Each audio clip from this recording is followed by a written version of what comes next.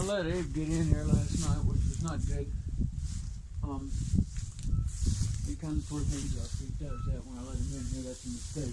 The management error. It's not his fault. It's my fault. The way we feed, square rail's got 2 strings on them. These are plastic strings, which I despise.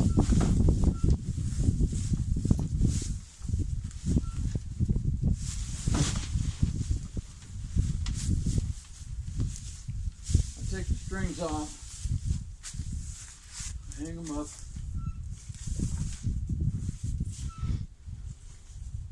Abe's coming over. He says he sees he's going to get fresh food this morning.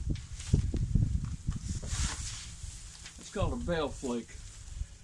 Bales are compressed a chunk at a time, and so they come apart a chunk at a time. That's what I feed him.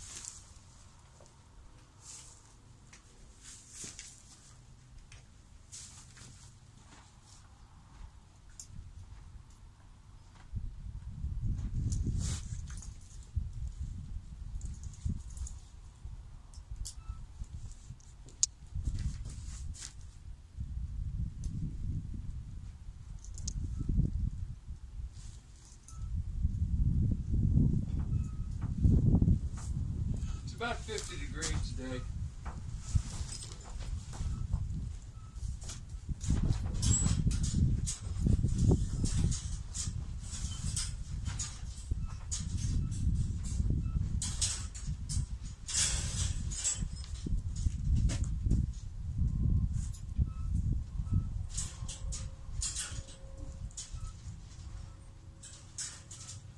Degrees of sunshine can be pretty comfortable, so I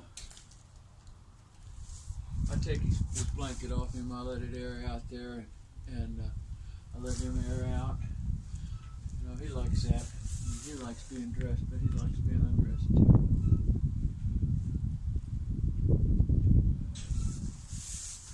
I pretty much make over him whenever I'm around him because I like him. He's good company, and you know, he gets icky eye, and I need to clean the stuff out of his eyes, and he's just good company. I want to talk to you a little bit about who I am and how I got to be where I am. I know that my various weird ways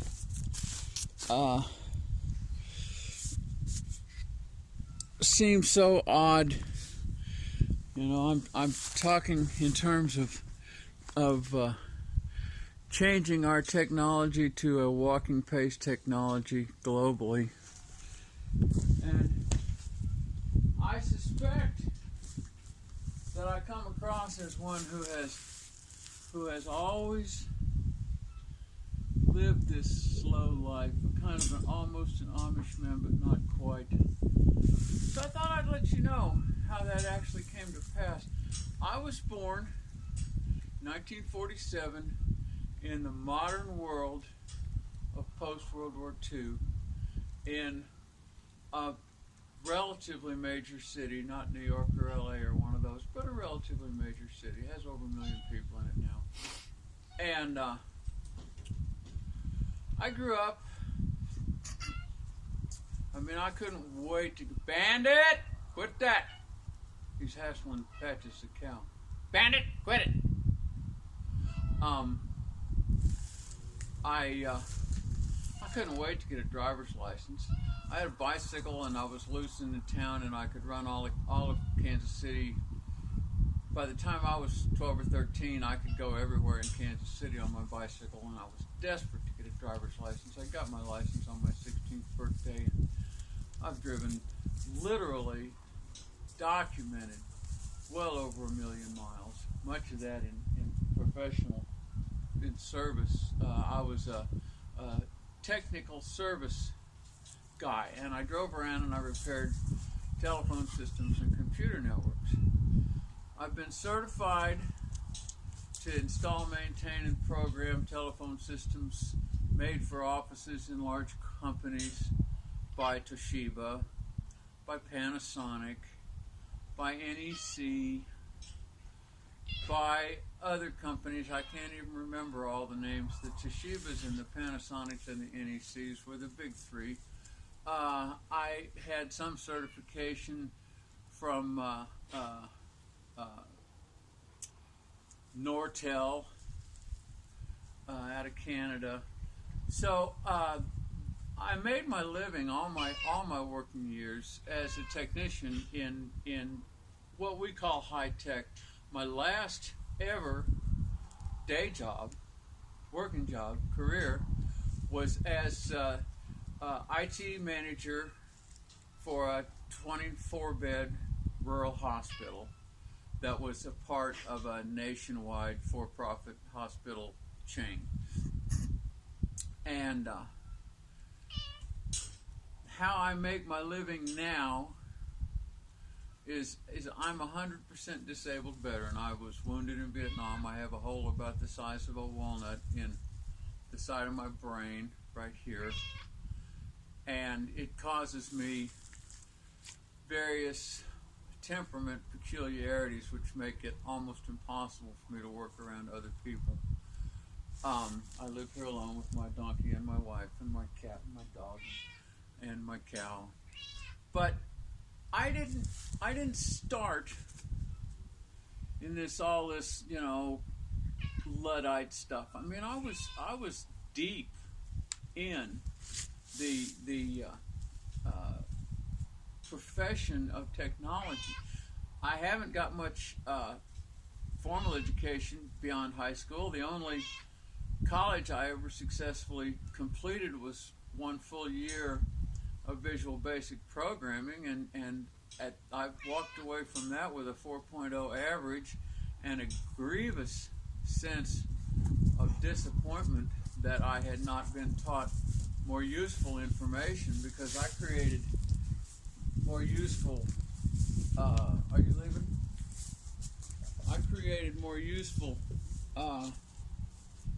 applications out of Microsoft Access without ever even being taught how than I was ever able to with Visual Basic and Access after going to college, which really annoyed me, because I created, I owned a company, or my now wife, then business partner, we owned a company installing computer networks and telephone systems in businesses in the greater Kansas City, eastern Missouri, western Missouri, eastern Kansas region. And I created our entire application when a customer, I had all our customer database in the application. When a customer called in,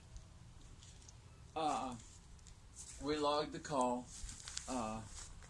Then the application kept track of every dispatch. Every time I went out or another one of our employees went out to work on that request, it kept track of all the materials used that were signed for by the customer on tickets.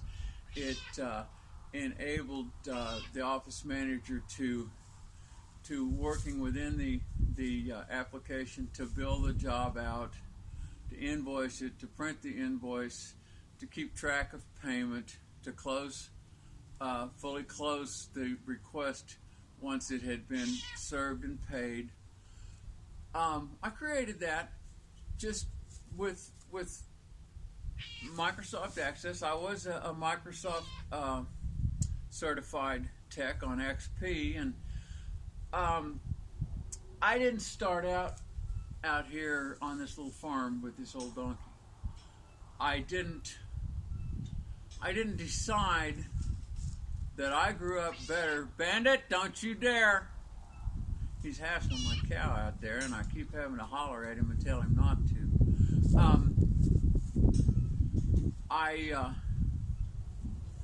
I didn't grow up doing this and decide everybody else should live like I lived because my way was superior. I've been a repairman all my life. All I've done for a living all my life is build things and fix things. And the more complex the thing you build is, the more complex the fix is. And as a repairman, you come to discover a few things. One, you discover that the odds are that whatever's wrong with it is something somebody did just before the failure started.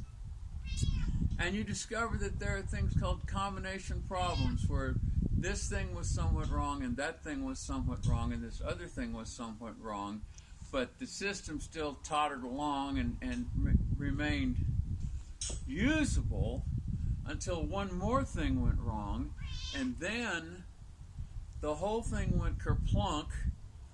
And if you didn't fix all the problems that had been there all along, you couldn't fix the system.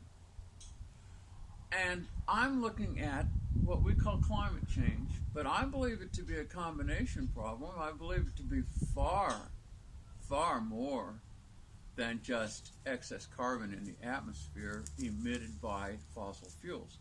That doesn't mean I don't think those are problems. Those are major problems. They're absolutely life and death problems all by themselves, but they're not all the problems. I'm looking at this life, this world, as a problem to fix, as though I were still a technician, as though I were still driving around reprogramming people's computers and rewiring their networks and solving their problem with their voicemails that keeps people from getting their messages in a timely fashion, and rewriting their auto attendant menus so that people can get where they want to go with fewer button pushes and fewer stupid messages. All these things were my career. That's what I did. Now I live on my veteran's disability. And that gives me the luxury to try to figure out how humankind could live without destroying our planet. I couldn't live the life I'm living without an outside income because I don't know enough. It's not that the life I'm living doesn't have the resource generating capacity to support us and support us comfortably, because it does. The problem is that I'm ignorant and I don't know how to do that. I don't know how to we've got 28 acres here. I shouldn't even need the whole 28. This 10-acre spot over here, which is what we call the home place, it's this, there's a road that splits our place. This 10-acre spot over here, and if just with oak trees and chestnut trees and walnut trees and pecan trees and mulberry trees and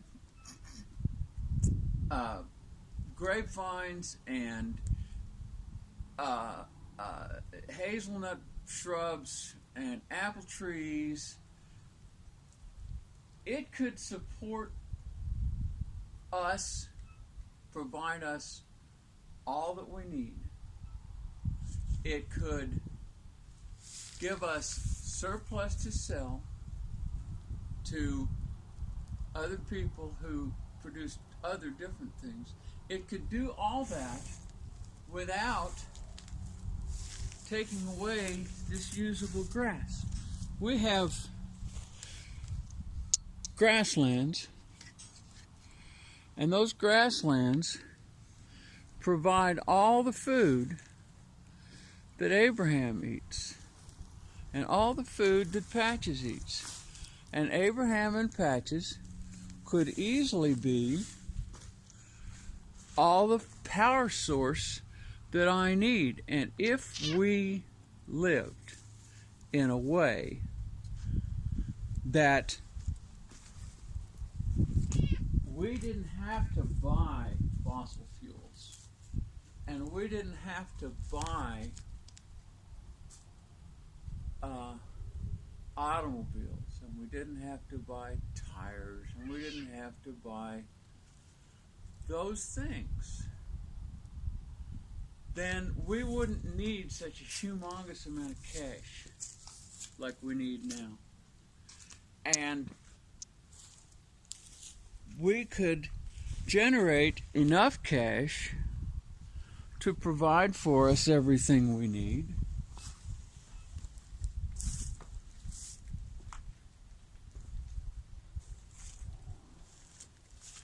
We couldn't begin to eat all the food this farm could provide from forever.